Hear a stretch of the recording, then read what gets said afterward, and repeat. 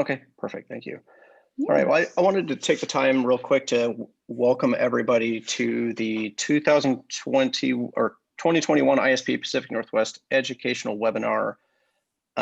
This series is put together by the ISP board and tries to focus on different areas in the biotech and pharmaceutical space where advancements are being made daily, it seems like, and just wanted to make sure that this information is getting put out to the greater region and the greater Pacific Northwest area as a whole. Today's speaker is Nathan Temple. He is the CAI Commissioning Qualification Validation Business Area Lead and is also a PMI certified PMP, as well as a licensed professional engineer with over 20 years of experience in startups, maintenance, commissioning, and qualification. So Nathan, go ahead, take it away. Yeah, thanks, Nathan. Can you hear me okay? Yeah? Yes, we can. Okay, excellent. Well, thanks so much for having me. Hopefully everybody's enjoying their lunch. Appreciate you taking your lunchtime to listen in. I'm excited to be here. This is a very passionate topic for me.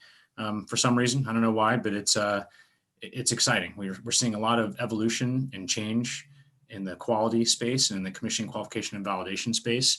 And a lot of that is due in part, most of it, I would say, recently due to the efforts of ISPE and the recently released version of Baseline Guide 5 second edition. So I'm going to be talking a little bit about that, Baseline Guide 5 and the impact. So you heard a little bit about me. I am the co-chair of the ISPE C&Q Community of Practice Steering Committee. We actually met today, this morning. So that committee is the one that did the revision to Baseline Guide 5. CAI had authors on Baseline Guide 5, as we did with ASTM and E2500 back in the early 2000s, mid 2000s when that was released. Let's see, just as a little tidbit, the steering committee right now is focused on examples for Baseline Guide 5 and continuing education. So this is part of that effort. And we're also underway with a revision on the Good Engineering Practice, Good Practice Guide. So that's being updated and modernized to align with the fundamental concepts of Baseline Guide 5. All right, so that's me. This is the agenda today. I would say let's keep this open. If I'm dwelling too long on a topic, feel free to nudge me. If you have a specific question, or maybe you want to see an example, I have some templates and examples in my back pocket here that I can display, or any questions. So don't hesitate to break in. It will not bother me at all. So I was going to go over the impact of integrated quality risk management, kind of what we're seeing, industry trends, benchmarking, some data. That's always fun. And then take a look at the regulatory drivers that have kind of pushed us in this direction of where we are now. And then go into some specifics, some lessons learned, what we're seeing for best practices for implementing Baseline Guide 5. So the QRM approach, the risk-based approach to commissioning, qualification, and validation. And then depending on how much time we have, I kind of have three options. We can look at some examples and templates, but again, if you're hungry to see that in the middle of the presentation, just shout. We can go into a little bit for kind of how to get started with quality risk management. That's another at least hour-long topic in of itself, but I can give you a couple ways to initiate with that. And then option C, implementation challenges for risk-based approaches, or more specifically, quality risk management, QRM approaches. Fair enough? Mm-hmm. All right. So I said this is an exciting topic for me. We're seeing a lot of change in industry.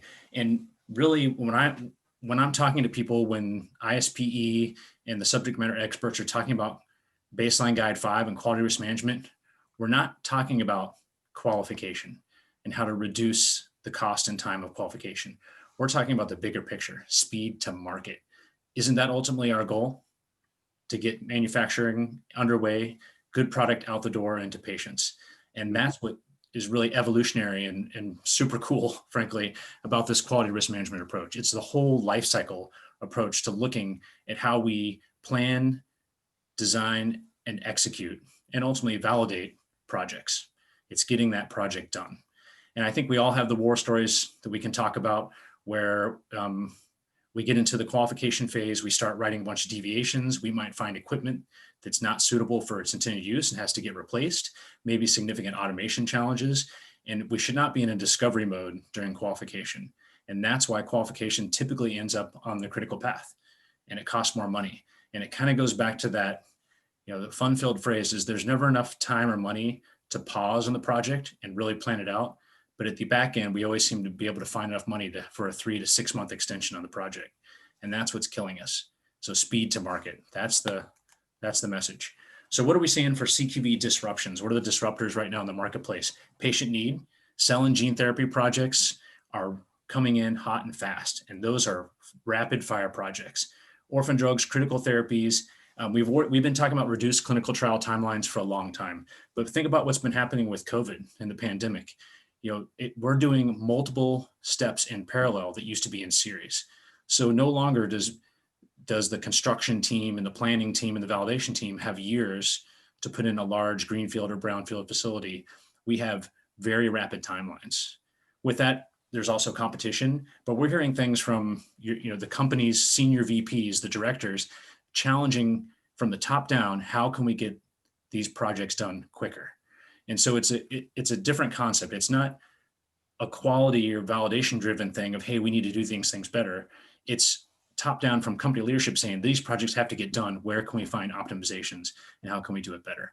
We're also seeing some cool things with modular and single-use technology construction. Single-use technology, not new, but modular construction, there's quite a few companies out there right now in design and construction firms that can land a module in your facility and have it up and running very quickly. So what are we seeing? Based on those disruptors, what are we seeing? There's now a willingness to adopt quality risk management.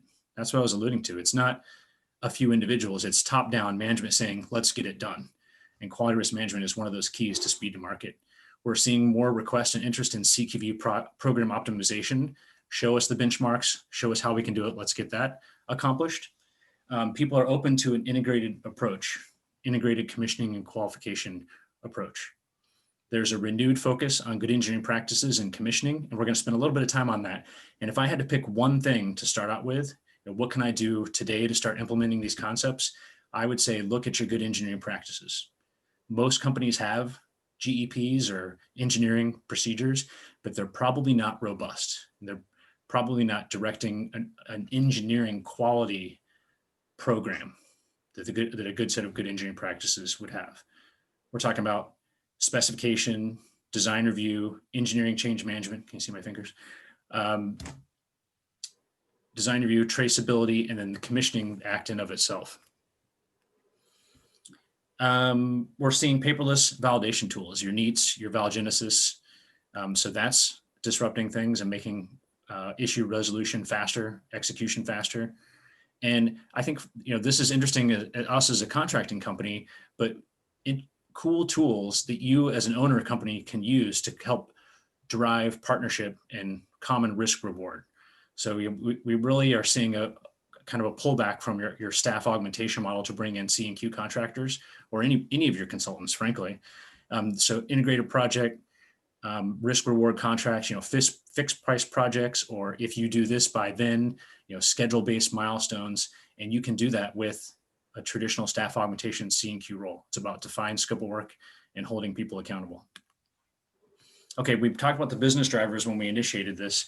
So speed to market, we're seeing 6 to 12 months faster than what we normally saw to get projects completed, right? That's big. It's all about getting systems that work delivered to manufacturing.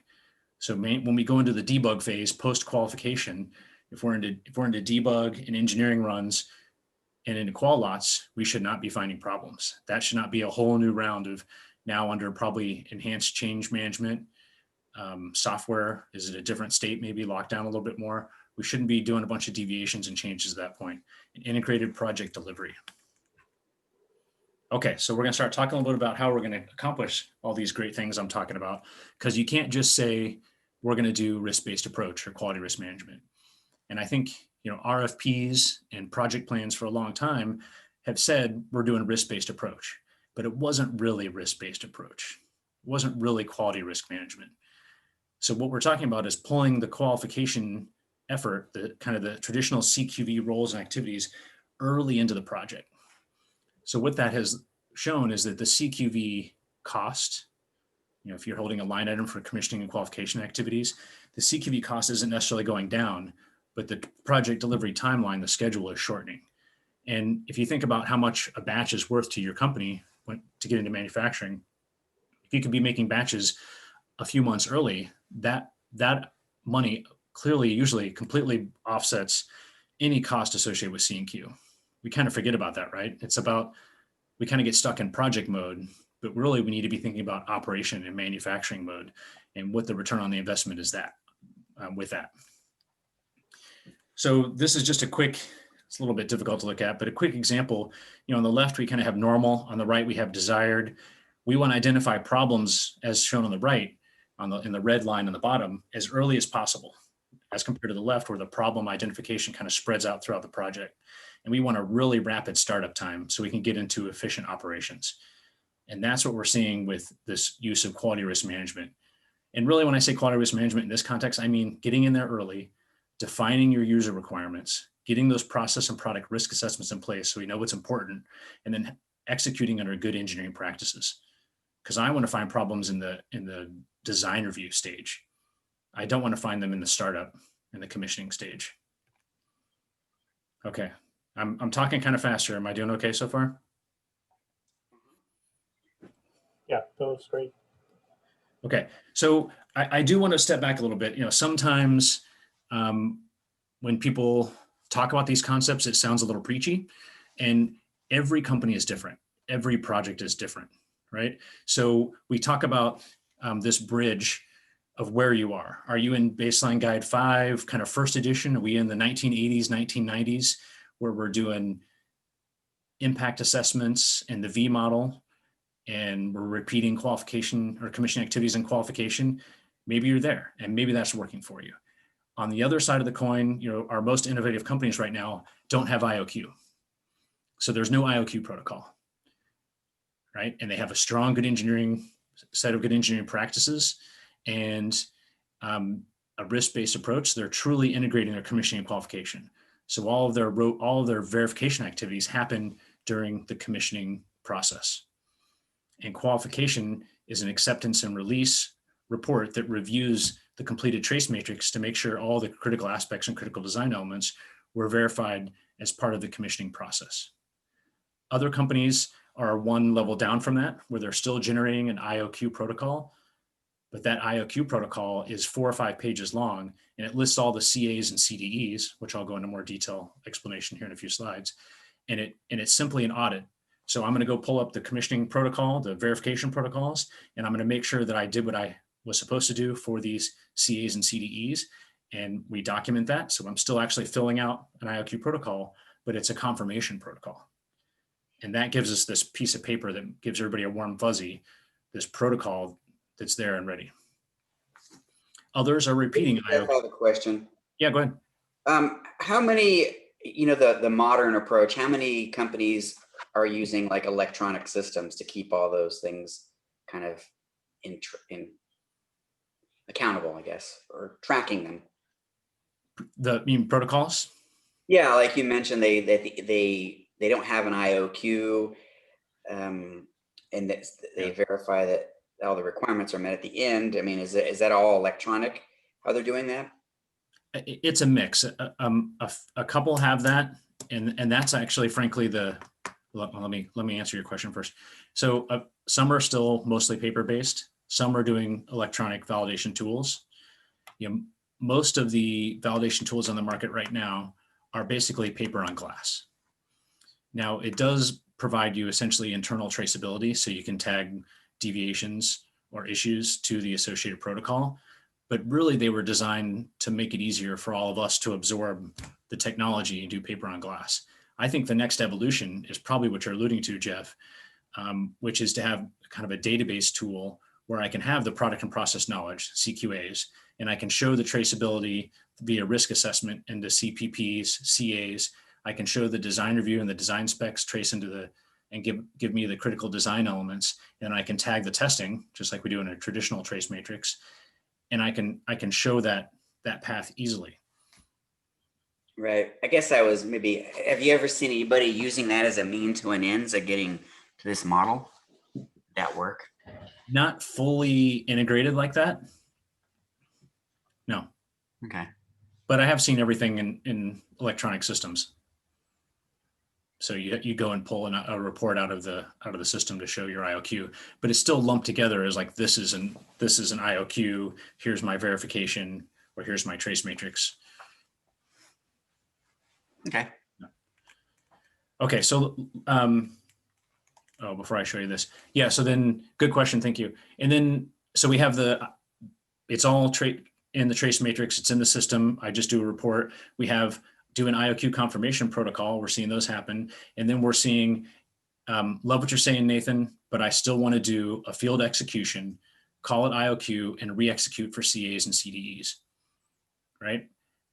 So that's not my preferred approach, but that's perfectly okay. And I'm not too worried about that. Yeah, we're doing more work in the field, but guess what? If we do all the front end activities, those tests are going to be clean. So that what this data shows, to expand on that point, if you look at the middle versus the right, that's the difference in what I'm talking about. And this is time for an average C&Q generation / execution. So I know this is a lot to look at, but this is the total time for commissioning and IOQ stacked together. On the left is formal commissioning followed by a complete retest of IOQ. So a pretty big effort. In the middle, I'm only repeating IOQ for the critical aspects, critical design elements. So that's a re-execution of just the CAs and CDEs in the field during IOQ. On the right is not having that IOQ re-execution. And that's just generation and execution.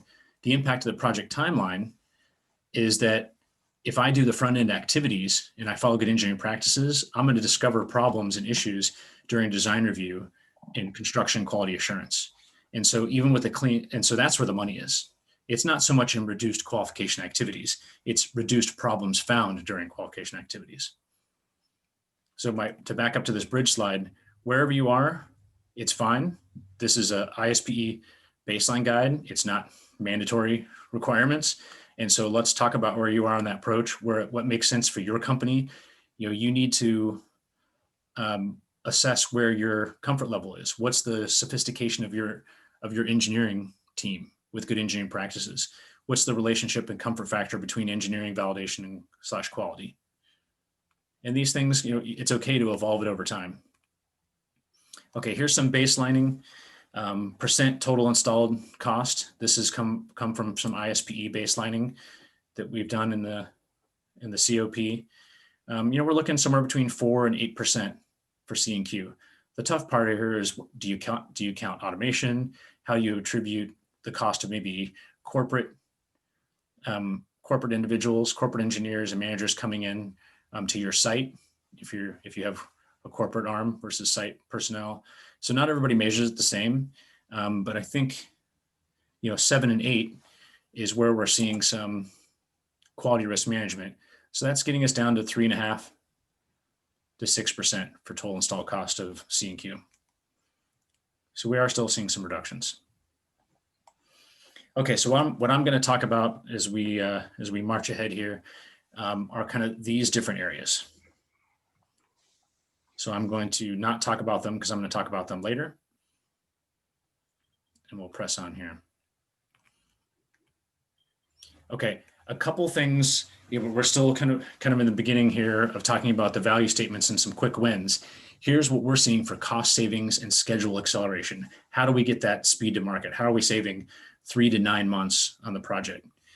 So as I've been saying, the use of quality risk management, we're seeing a pretty significant reduction there. The use of process risk assessments versus system risk assessments. I'll go into a little bit more detail later, but this is where CAI as a company and our methodology diverges a bit from ISPE. And I'm not here to necessarily spend too much time on that, but we like a holistic top-down risk assessment, or product and process risk assessment versus system level risk assessments. More to follow on that. The trace matrix as your Rosetta Stone with design review is one of the key activities. So documenting everything we can in the trace matrix. And Jeff, I think that's where we'll see a lot of value in these automated tools, assisting with our product and process knowledge down to the trace matrix. it's still pretty painfully manual at this point. Okay. And what I've seen when I'm working on projects and when I'm estimating, the trace matrix design review activity, I might typically put around 16 to 24 hours per unit operation. Now I'm starting to lean on closer to 40 to 60 to 80 to 120 hours per unit operation for the DR trace matrix. And you'll see why. We're putting a lot of meat into these, and it's a high value document that captures our CAs and CDEs, our verification plan, and our acceptance criteria. It's setting the stage for how we're going to document and execute our quality risk management. And that gets kind of a bow put around it with the DQ cover sheet on the trace matrix in early engagement with quality to accept the CAs and CDs and the associated acceptance criteria. So we're kind of almost doing the IOQ protocol, if you will, thinking of kind of the old way within this trace matrix and design review and calling it the DQ. We're getting buy-off in the acceptance criteria and where we're going to test it. Verify once. This is where we kind of get caught up with people saying we're doing a risk-based approach, but we're still doing an IOQ that's 150 pages long that tries to point back to stuff, and we use the term leveraging, right? So leveraging was actually removed from Baseline Guide 5, second edition. It's no longer a term because it creates this concept that we're willing to go back and look at previous efforts and hope that it's good enough versus a pre-planned prospective effort via the trace matrix and the DR and the DQ to say, we're going to use these. We're going to use FAT, SAT, construction QA activities and commissioning activities. And so that's truly integrated CQV. Resolving issues through an issues punch list process where quality really only gets involved. This is the pinnacle. This is the top level where we'd like to be. Quality really only gets involved if we're unable to meet a critical aspect. So it's not that we're touching something, like let's say temperature is a critical aspect or a critical process parameter and temperature control is a critical aspect. If something happens with temperature, it doesn't automatically become a quality issue. It's only if I cannot control temperature. So it's subtle but powerful. And that doesn't mean that quality doesn't play a ball. And that's another key activity or a key thing to talk about in these approaches is quality is still involved. It's just that I don't need a 4-page deviation if I have a different model number for my temperature probe, but I can still control temperature. That should be an engineering issue. It should be well managed as a good engineering practice. I tend to get a little bit long in the tooth here, so I'm probably blowing my time away. IOQ is a confirmation protocol, as previously mentioned, good scope of work and sound project controls. And then let's take advantage of vendor test packages, right? Okay, so ISPE Baseline Guide 5, it does talk about the process validation lifecycle and the importance of CQAs and CPPs. We're going to spend most of our time talking about the facility, utility, and equipment, C&Q, but it does touch on PPQ and continuous process verification or your revalidation effort. Okay, I'm going to go through this. Okay, I'm not going to spend very much time on this, but I think you'll have access to this presentation, regulatory drivers for quality risk management. So how did we get to ISPE Baseline Guide Volume 2? You might focus on the red text here.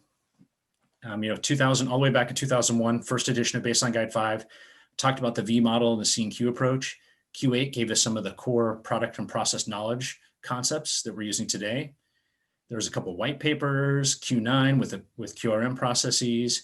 E2500 gave us, I think it's 6 or 7 pages. So it gave us some cool concepts and ideas, but not a lot of meat on the bone to really implement. Control strategy with Q10, and then Baseline Guide 5, that's 100 plus pages of taking E2500 in these previous documents and flushing it out into an approach that you can use.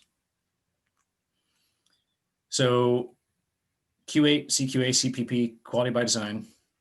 Q9, everybody's seen this 1,000 times probably, our risk management process. Mm-hmm. And then E2500 gave us this concept of critical aspects and control strategy from Q10. So this is kind of a hot topic. What's your control strategy? How do we document it? How do we define it? I have some examples of that. This is something we can talk a little bit more The control strategy is all the way from product and process knowledge. It's all these things, everything on the screen, CQA down to our automation strategy, to our material strategy, our release strategy. So you should be able to kind of holistically wrap your process control strategy into some sort of document. And it's a nice presentation of how you're controlling your process. And then Baseline Guide 5 gave us this new term, yay, critical design element. So I'm going to advance this a little bit here. Oops, too far. So CQA is about the process, product potency, right? Your end product quality attributes. CPPs are what can I measure at the unit operation? What am I putting in my URSs? Why did I buy this piece of equipment? Temperature. Temperature drives potency. Critical aspect, temperature control. What am I doing to make the CPP happen, the thing I can monitor? So temperature control. And then CDEs is a new concept that I kind of like. It makes it easy for us validation people. It basically says what facilitates temperature control. And so another way to look at this, we've got mixing, we've got CQA of potency, we've got speed and time. So if I look at my risk assessment, I have failure modes for incorrect mixing and time. I've got critical aspects of control of mixing and time. And my CDEs, so that's what I wanted to drive to, are all the things that facilitate temperature control. And you can see I can line all those up in a trace matrix and assign it a test protocol or a verification activity. And this includes, it might be the temperature probe, the material construction of the temperature well or the probe, the data integrity, the loop testing, the alarm, the PID control loop, all those things. And I can track each one of those to a test. Okay, so Baseline Guide 5, second edition, what are we seeing that's different? I've hit on most of these topics, a focus on QRM versus really CQV. It's a consistent, compliant approach. We see a lot of efficiencies, and it's about a life cycle approach. It's taking the quality by design principles that were put out in previous documents and fleshing it out into an actionable plan. I do want to emphasize these items. We tend to get kind of caught up in terminology. And when we're explaining this to others and trying to put a plan for action on how we're going to implement these concepts, we need to kind of baseline with everybody. So commissioning and qualification are both processes. It's a process, not an activity. So commissioning is an overall process that encompasses good engineering practices, all of the verification activities, the GEPs I mentioned, like engineering change management, what our URSs are going to look like, turnover packages, specifications, the RFI process. Commissioning is a lot.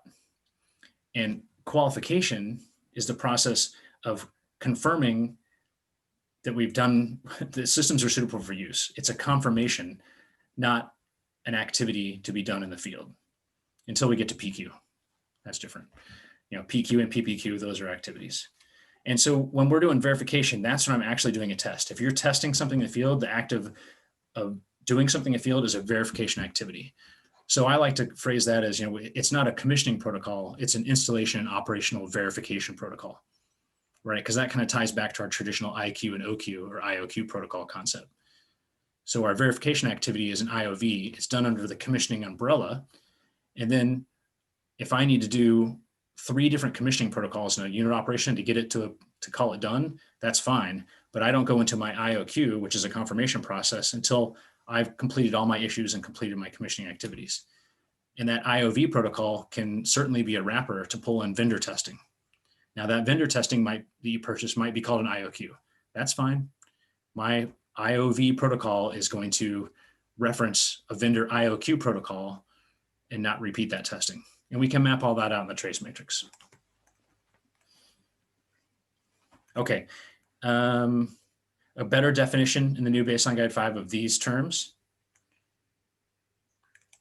including the critical design element. So I think I went through this in sufficient detail. Any questions or want me to spend more time on CDEs? No, Jeff's like, please move on. Okay. So leveraged versus integrated testing. So on the left-hand side, we're going to see kind of the what it was before when we say we're leveraging things versus integrated. So integrated process for C&Q, commissioning is fundamental under this new process. And, it's a little unfair to say that commissioning was devalued before, but it was almost like we commissioned the non-important stuff. The no impact systems get commissioned, and then we hurry up so we can get into qualification on the impact systems or the direct impact systems. Now we're saying that the commissioning process is going to be executed on all systems, and it's well documented and robust. All testing counts in integrated delivery. Engineering is focused on system delivery, not just focused on non-critical pieces of equipment. So that's a key area of implementation challenges, is making sure engineering understands that the light's shining a little bit more on them, and nobody's accusing the engineering teams of doing a bad job. They're typically under tight timelines and constraints, maybe unclear specifications, maybe the user requirements aren't clear, maybe they don't know what's really important to the process that we're now developing through risk assessments. But they should be focused on system delivery and systems that work. And quality should be focused on systems fit for intended use and overall product quality. So again, we're not saying quality is getting kicked out of this new methodology. They're still highly integrated with the team. They're upfront approving URSs. They're looking at the trace matrix and approving the design qualification. They're not approving IOV protocols in an ideal process. They are involved with issues management on a routine periodic basis to say, here's the issues we had in the past week or the past 2 weeks. So they have that, so they're tied into the team. But I only elevate an issue to a quality level, maybe deviation or non-conformance or discrepancy if I'm unable to meet a critical aspect. Because then we have a problem, right? If I can't control temperature, well, yeah, we need to get around the table and figure this out. Otherwise, let engineering do their job. But engineering has to have good engineering practices. So the further along across that bridge you are, the less quality has to be involved with the day-to-day. When you're just getting started, you're going to spend a little bit more time working with everybody. I have just a random question. Mm-hmm. My brain is stuck on it right now. Again, this is really basic. So you mentioned engineering doing a good job, or their intent is to do a good job and focus.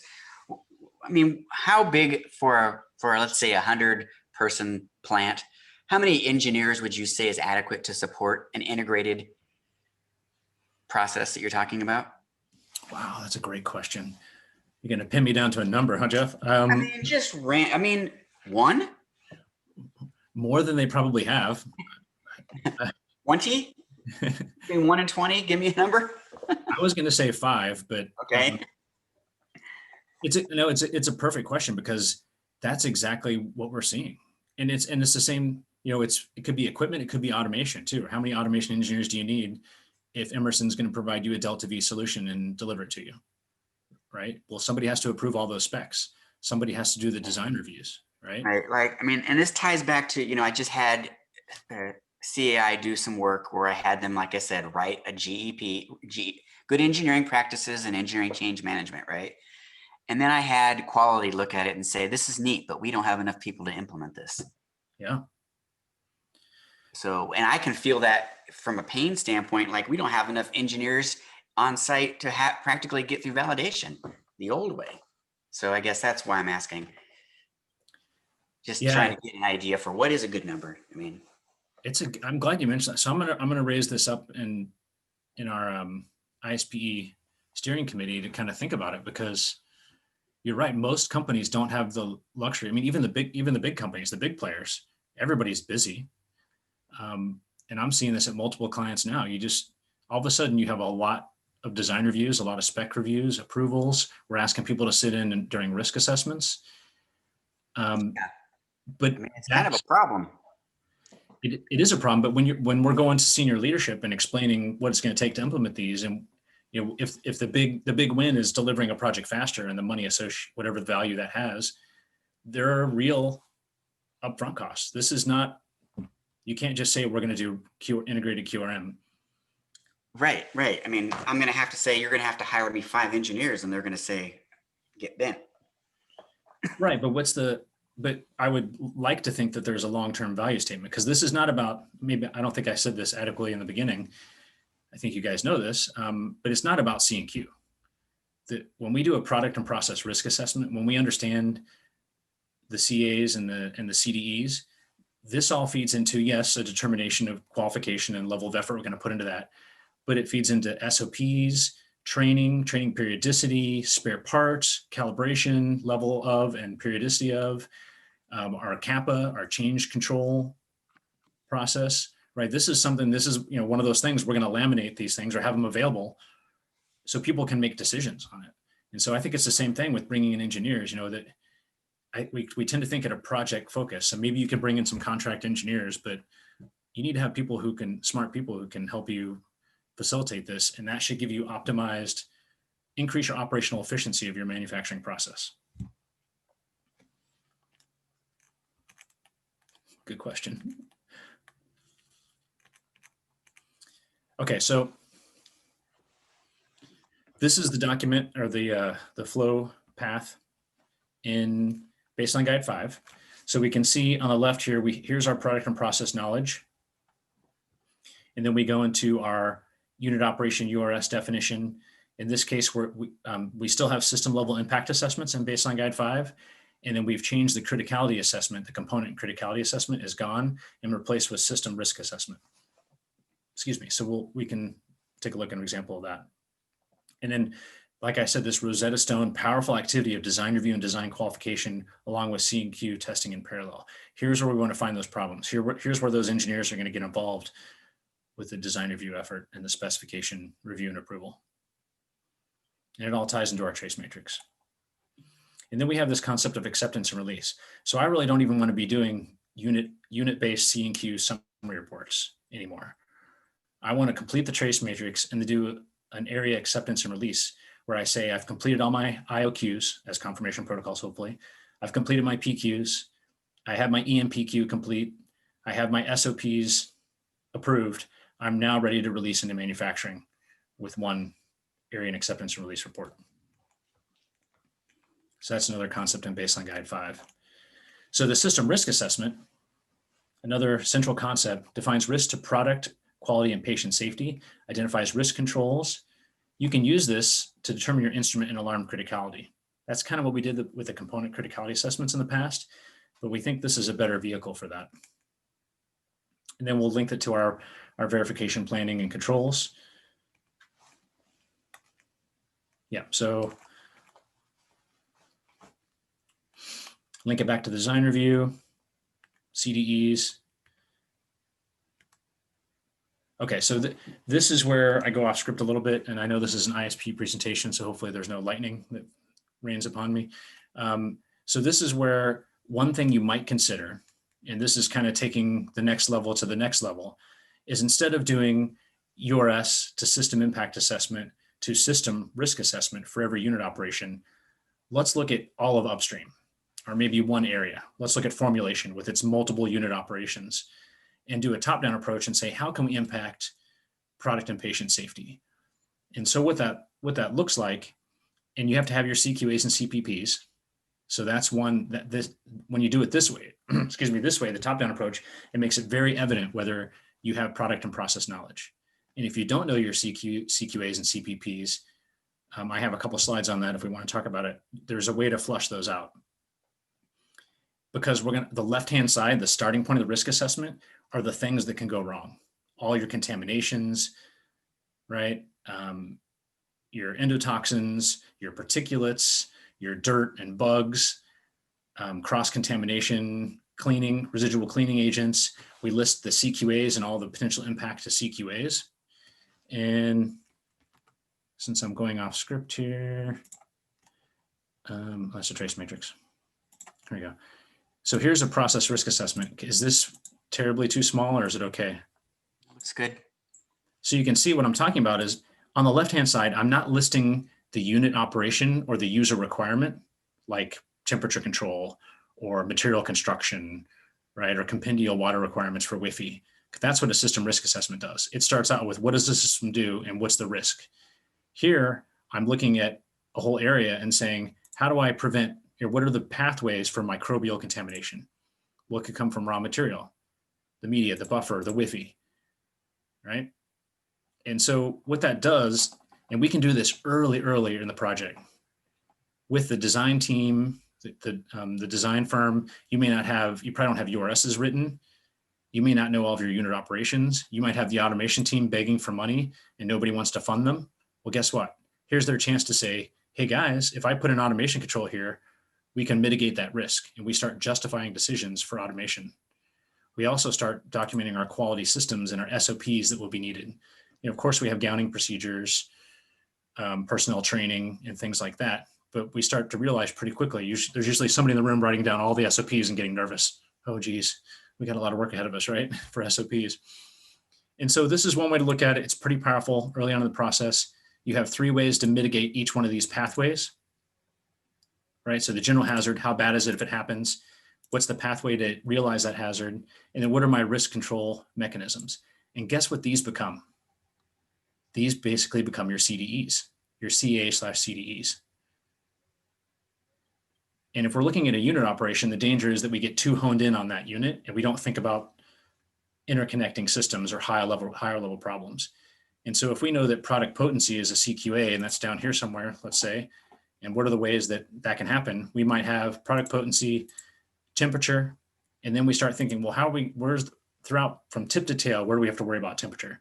It's not just in that reactor or the refrigerator that we're thinking about.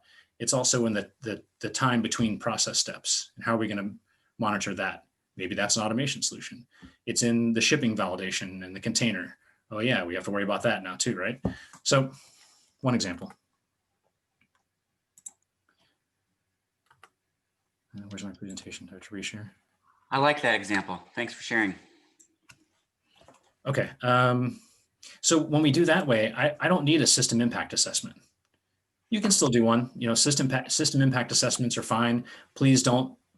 I think the most optimal way, if you're going to do a system impact assessment, is to come up with your 9 questions and then list every single system in one document, versus doing 20 to 40 to 50 individual forms.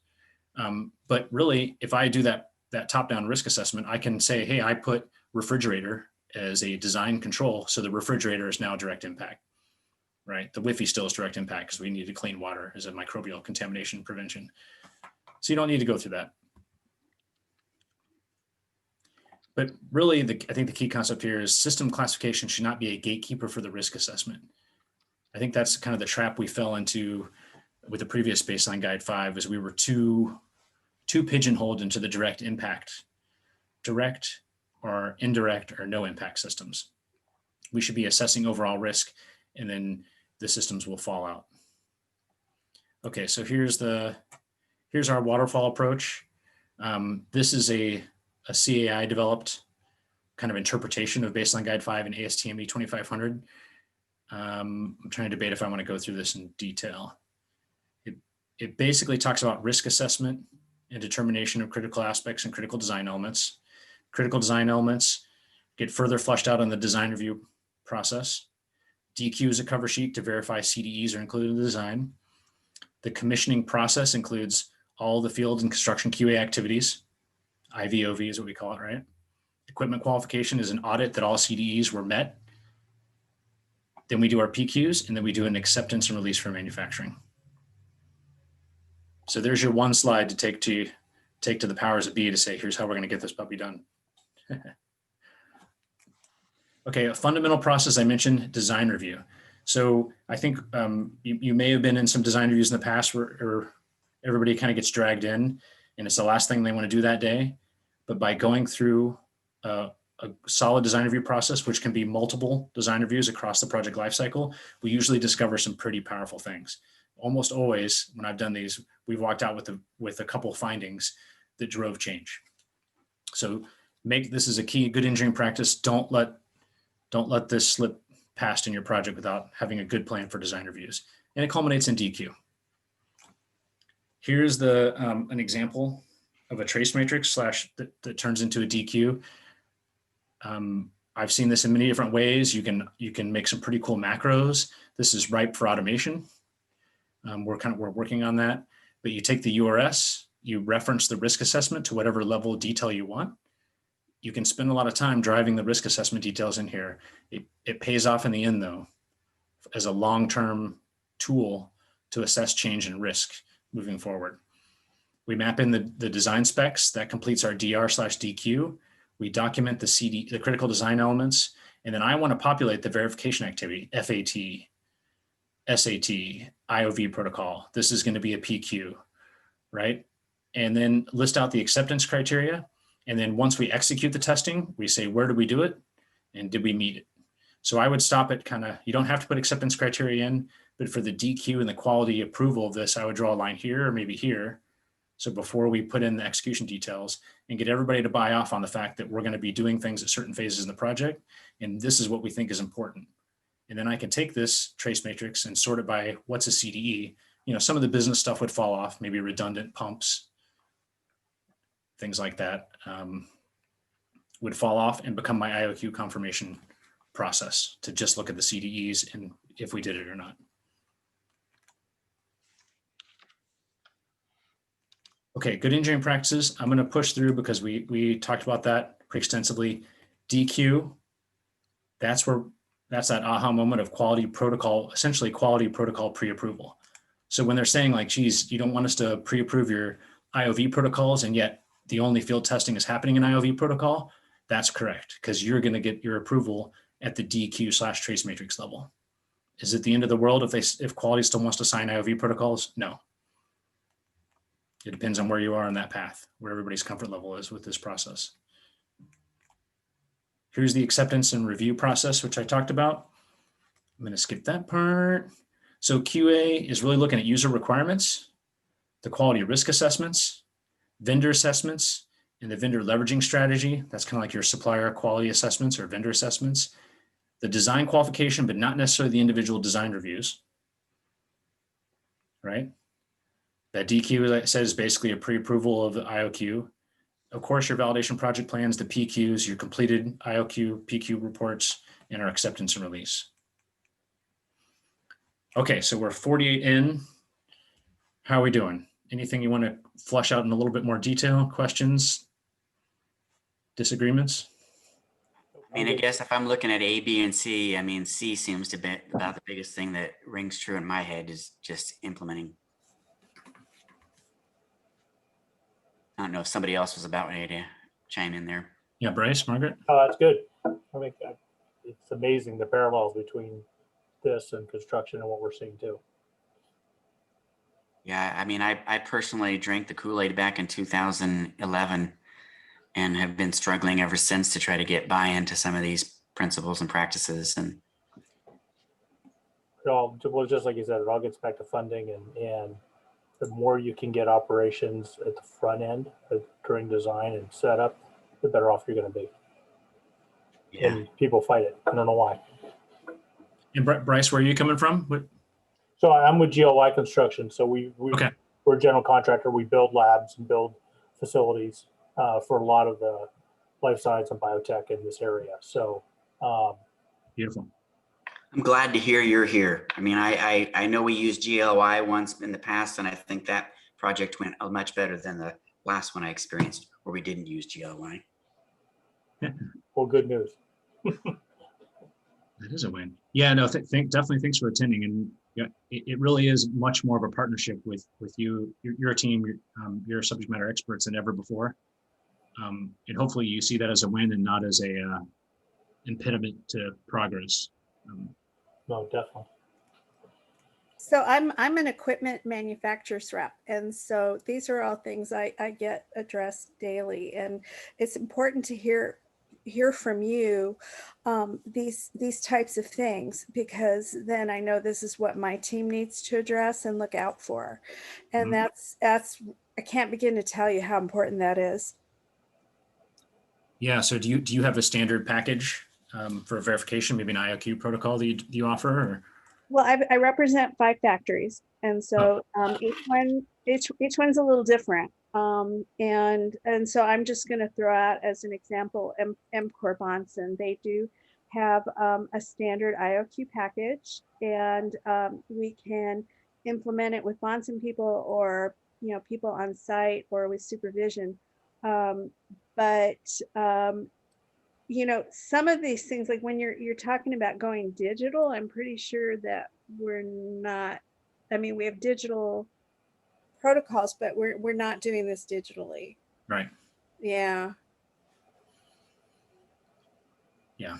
Okay. Well, yeah, we could probably have a lunch and talk about some things there, but yeah.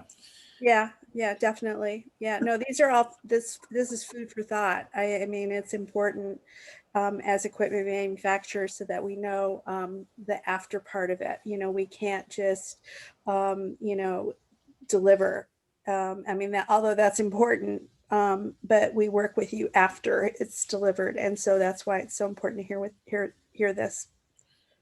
Yeah. And it's such a big opportunity to leverage your expertise, especially with a lot of single-use technology, commercial off the shelf, the cell and gene therapy. These are not complex, custom-built pieces of equipment. No. Your teams have experts, so there is the supplier qualification shouldn't be an arduous process for you, but there is an expectation that you have documented training, that you have an internal quality plan and management system, that you track issues, that you have software change management. I mean, these are obvious things, but it's not always present, and that's what really trips the red flag into, oh geez, now we have to do a bunch of stuff on site. And Given. And I will tell you why that becomes complicated. Like if you're looking at a company like MCOR Bonson, I mean, Bonson is a division of MCOR, right? Big company. We have a whole huge team of engineers, and for our walk-in rooms, we do all of those things. Most of our competitors do not do those things. They don't have a team to do that. And I specifically want to address cell and gene therapy because I come up through the cell culture lab side, and I set up all of Kite Pharma's initial cGMP labs. And I remember when the first time they came to me and said, okay, we're ready. We need you to quote everything you have that's GMP. And I thought, well, you're going to get GMP-ish because, with cell and gene therapy, if you're looking on the autologous side, it really is just a basic cell culture lab. And that equipment really, all the things you addressed, I think it's probably a real challenge for someone like you to have to interpret that now into GMP and all the protocols that you want to follow. But when you're getting more into the allogeneic cell and gene therapy side, that probably is more of a traditional, although again, then you've got the difference between a biologic and a cell and a small molecule, and it's huge. So and temperature, I was really glad that you addressed that, because that becomes a huge issue in a biologics and cell manufacturing factory as opposed to a small molecule. Yeah, so I think that's the power of this product and process risk assessment, because there's only, for cell and gene therapy, there's only so many things that are truly, truly critical. And we don't need to tear apart a small piece of a commercial off-the-shelf piece of equipment and test everything. We only need to identify a few key things. And for some of these companies, it's fast, it's quick, it's a funding issue, but sometimes it comes down to track and trace, and how are we controlling these single patient therapies or the small batches. And that's where they probably need to be spending their time, data integrity and track and trace, not on, okay. Preaching to the choir here. So, yeah. Okay, so 5 minutes, issues implementing baseline guide 5. So we just don't truly have CQAs and CPPs. We don't know our product and process knowledge. So, or maybe, I've had people say, Nathan, we're a CMO, what do we do? Or we have multi-product, this is going to change. We don't control this. Well, you still know what your unit operation is going to be, right? You're buying these pieces of equipment for a reason. So you know the critical process parameters, and you probably can get 90% to what the CQAs ultimately are going to be for the intended product. So you can still do integrated QRM. You just need to document any gaps you have, make your assumptions, move forward, and then when the new product comes in, or when our understanding of CQAs and CPPs is finalized, we do kind of a risk assessment of the risk assessment process, right? And we close that gap.